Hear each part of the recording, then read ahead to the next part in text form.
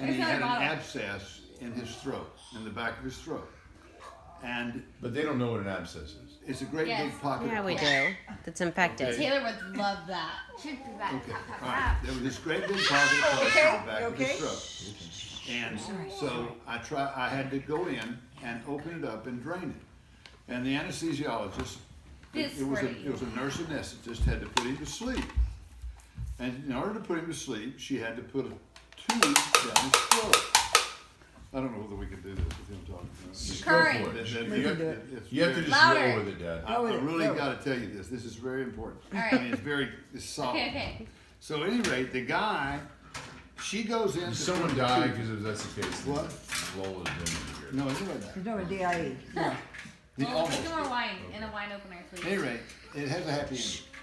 But She wants to at any hear rate, it. she go to put the tube in, and the abscess ruptured. Oh, So his whole back of his throat filled with pus, and it was swollen, and it was bleeding, and she couldn't get the tube down his throat. Well, what happens is pressure's going they up. inject them and paralyze them so they can't breathe. And if that happens, and I had told them to have a trach set out, because if you have a problem and they can't get them intubated, you have to trach them, and you've got 2.5 minutes to 3 minutes to get a trach in, or they die. So when they opened this up and it broke, she said, I can't get a tube in, I gotta do a slash trach. So the guy's laying there on the table, anesthesiast up here, nurse was over there, and so I start going after it. They had you there? Go when it on. I was there. No, I was watching the whole time it happened. And so I start doing this slash trach. I cut the thing open. I'm starting fighting. And you're really, it's a race. You got to get it in. yeah. And so I get the thing open. I open the trach, and Tom Ashe came from the other room because he heard we were having trouble. And just as I got the thing open, the nurse started crying. She panicked. She didn't know what to do.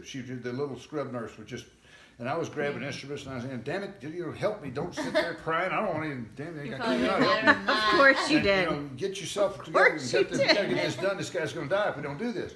So I got this thing open. I got the trach. Just as I spread the trach open, Tom Ashe came in and he had an anesthesia tube, and he slid it in this guy's airway, and I didn't because she wasn't gonna help me. And he gets this thing in there, and then we got the guy moved over and got him breathing him and everything, got him weak. I went in, cleaned out the abscess. We changed him to a trach tube and sent him upstairs. He recovered, everything was fine. Here's the part. The nurse anesthetist goes up there to see him and said, hello, I'm the nurse anesthetist. And he said, oh, I know. I blew it. He said, you were at the head of the table. Oh shit. You And remember now this guy was completely unconscious. He said, Dr. Sage was standing over here on my right side, and this nurse was over here crying. And this other man came in right as he cut my neck open and shoved a tube down my neck. And she said, well, how did you know that? He said, I was up above looking down. And he said, I could see all this going on. He said, I didn't want to come back. It was very nice. I didn't want to go back down in my body again. And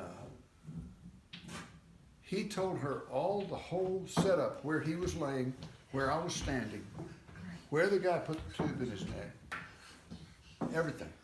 He saw the whole thing. It was graphic.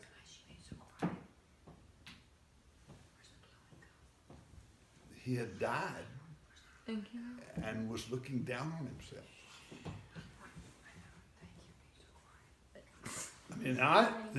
I'm not lying. This really happened. And it was the most paranormal thing I've ever experienced in my life. And I still can't explain it. I don't even know the guy's name anymore. I forgot. How do you forget that? Huh? How do you forget something like that? I can't forget the guy's name, but I don't forget the incident. I can see it right now. I can live right through it. But when I'm sitting there cutting on this guy, I'm thinking. So Ashley just came in and just. Ashley he had the tube in his hand, and I didn't see him. He was behind me. Somebody And as must soon have as gone I and spread hollered at him. What? What? Somebody must have gone and hollered at him, but Sage needs help. I don't How'd know. you come in there? What? Annie? No, Well, how did he come in there and know it? Did somebody holler? He was in the next room and they said, Sage is in the next room, he's about to lose a patient. Well, that's what I said. He must Yeah, somebody and must he have came in hollered. from the other room. So you had it open, and you didn't even know it was coming I in didn't the know he tube? was there. He came in. He was standing there with a tube. He reached over and grabbed an anesthesia tube, and he saw me cut the thing open. He knew what he was going to do, and I wasn't watching him. I was trying to keep this guy from dying. So I got the thing open. I put they have what you call a trach spreader. I cut it open, and then I reached this thing in there. You spread it open, and I looked up to get a tube. Boy, he had it in there.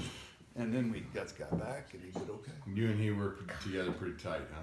Ashy was the best thing that ever happened to me from the standpoint of staying out of trouble. He was so good at what he did, and he was so capable that no matter what happened, I mean, one time the anesthesia machine broke. Something was wrong, and the kid wasn't getting any oxygen, and the oxygen level started dropping. And he kept turning the oxygen up, cut off the anesthesia. The kid kept getting worse. Finally, I saw him. He had the kid intubated, and he just reached down there and started breathing for the kid. Woke him up. Kid was fine. Turned out there was something wrong with the anesthesia machine. It had not the valve. He's good. There was a valve. As good as it gets, huh? As good as he was the best I've ever seen. He was bar none. I mean, Still practicing. Yeah. he still does a little. Yeah, he still does. Video. But he was the most competent anesthesiologist I've ever seen. Great story. No, he could do anything. I mean, he could save you from any kind of trouble. That's probably, I think he's one of the reasons I never got sued. Because anything that ever went wrong, he was able to, any really crisis, he could pull you out of it. Mom, still video. How about I have a big bill right here? Saving a life, baby. Saving lives, baby. Saving lives. That guy- You guys were the dream team. I will tell you that when we were on, in the days when we were in our 40s and 50s, we were as good as anybody at what we did. We were very, very The good. sad thing is I that know. like doctors, like herding cats, they're like herding cats. It says many times as they were together every Tuesday for how many 30 years? years. You would hurt a cat? There's no contact. Yeah, you never hung out. There's no bonding. There's no hanging out. There's no him calling me out. No, there's Yeah, none that of them. None of them conversation have it. It's like herding cats.